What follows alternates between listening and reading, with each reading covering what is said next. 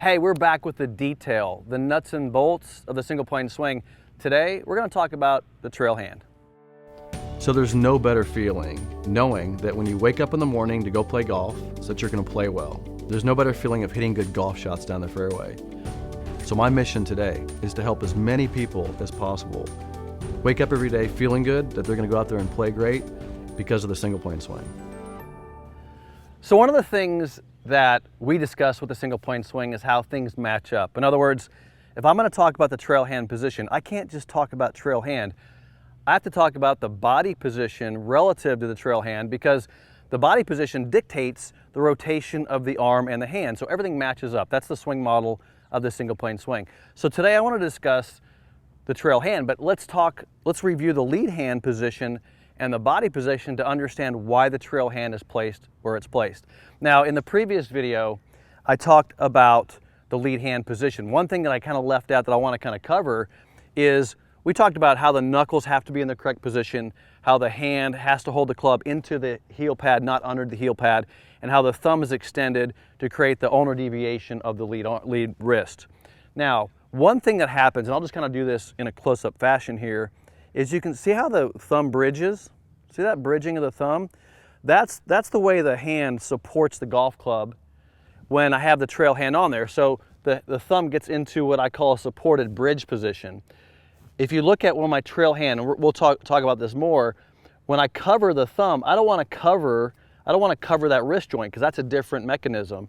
So I'm only covering from the joint down so that it has the freedom and the range to move. Okay, so I want to make that point, and now we're going to talk about the trail hand. So now that we understand the lead hand position and how this lever works and how the hand works and supports the golf club, the trail hand is very important. Now, when I talk trail hand, and when we teach this in all of our golf schools and you come in there and work with our instructors, there's one very important point that we make. We don't teach grip and address. This is what you hear go on, and everybody else teaches grip and address. I don't teach that way. I teach address and grip.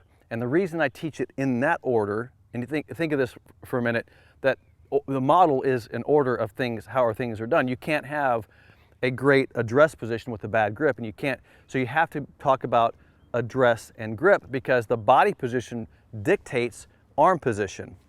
So let's talk body position first before we get into trail hand position. When I talk about the position of the body, there is an ideal tilt. This is called side bend. There's an ideal tilt to the body. Well, if there's an ideal tilt to the body, and we talked about the lead hand, there's an ideal rotation of the lead arm, lead hand, that creates this range of motion, this ideal range of motion, and then we have the lead hand position correctly. The only way I can get this lead arm to line up with this club and the face angle in the correct position is if I have the proper tilt. Notice if I come out of this tilt, how the face closes, because it allows my arm to rotate. But if I get the right tilt to the body, and I'm not saying over tilt, too many people over tilt too, but if I get just the right amount of tilt, proper tilt here, it allows the arm to line up, the back of the hand to reach its range of motion, the hand to go into its deviated position, and that's the lead arm. Now, once I have that proper tilt, watch this. This hand is already into a rotation. If I just bring the hand up, see that? If I wasn't in my tilt, notice it's like I'm shaking somebody's hand. That's not where you want it. A slight tilt to the body. See my arm line up with the shoulder? And then this hand comes from a slightly rotated position, and I overlap and I slip my hand onto the golf club. Now, this is where I think it's pretty interesting when people talk about their hand position. And I want to kind of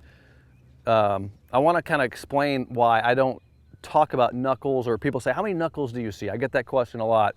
Or what do you see in your hands?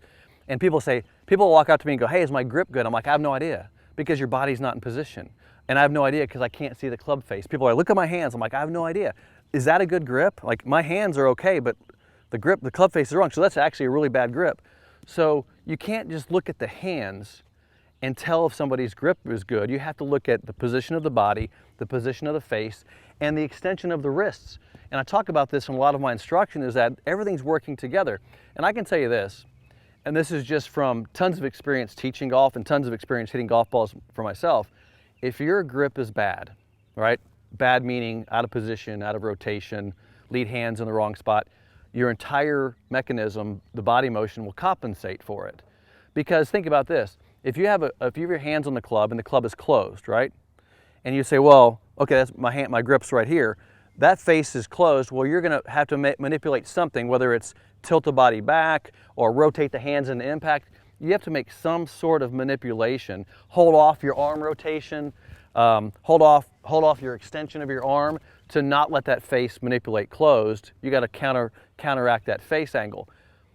This is the reason I do these videos, is because I think you have to work always in a particular order. And that's why I'm talking about address and grip, perfecting that, because the motion of the body will be dictated by that. So now with my tilt, my lead hand, and my trail hand in position, I'm gonna make a little motion here that you can see. And notice the tilt of my body, and notice the lead arm is visible above the trail arm. That's very important. Look at what we call straight line motion. See that motion? That's a direct line of this hand doing this in a straight line, non-rotational extension into the ball. Well, notice when I do that, the face squares up, right? So you get a squaring of the face. So that motion right there is exactly what's occurring in the golf swing because of tilt and body position. If I come out of tilt, that's what happens. If I have too much tilt, that's what happens. So with the proper position of the body, I can make a direct, non-rotational straight line to square the face. That's the foundation of hand position, left arm position, and trail hand position. That's the foundational movement of delivery. And come to a face-on view, and I'll kind of show you what I mean by delivery. So I'm gonna take my trail hand position and my lead hand position. I'm gonna show you the delivery of the club into the ball. Now, delivery of the club is relative to body position. We're gonna get into more of that, but I wanna show you that motion. I just showed you that kind of straight line motion. I'm gonna show you what's happening into the compression of a golf ball here. So here I am at address. Notice the tilt of my body, arm position, everything's correct. And then let's say I'm coming down into my downswing. So here I am coming down to my downswing. So look at the position of my body. It's tilted. My arm is still extended in a line. Notice my hand position. Here's that straight line delivery. Just like this. Compress, extension. That's what's happening through impact. So that's this motion right here, this straight line is happening right here. Now, it's happening as my body is turning. That's why I get the hands leading, and that's how I compress. Now, let me ask you this. With the face angle working like this, wouldn't you expect, if I'm gonna hit the ball straight, that the face angle better be in a great relationship to this delivery so that when it hits the ball, the face is square. This is why this is such a critical element to the golf swing, because now the delivery of the club is based on lead hand position, which we talked about in the first video, trail body tilt, and then trail hand delivery. There's that extension of the arm that delivers the club into impact as the body's turning through. This is the detail of the stuff that I see go on. And I just want to give you a bit of a warning here before we wrap this video up. And I used to say this, I'll be teaching, we usually have about 20 people in our golf schools. And I'll do a presentation and I'll talk about grip and address. And I'll say, I make most of my instructional revenue teaching address and grip. Because, and why do I say it that way? Because if you don't get this right, then all golf swing problems will compensate for this, right? So spend some time with address and grip.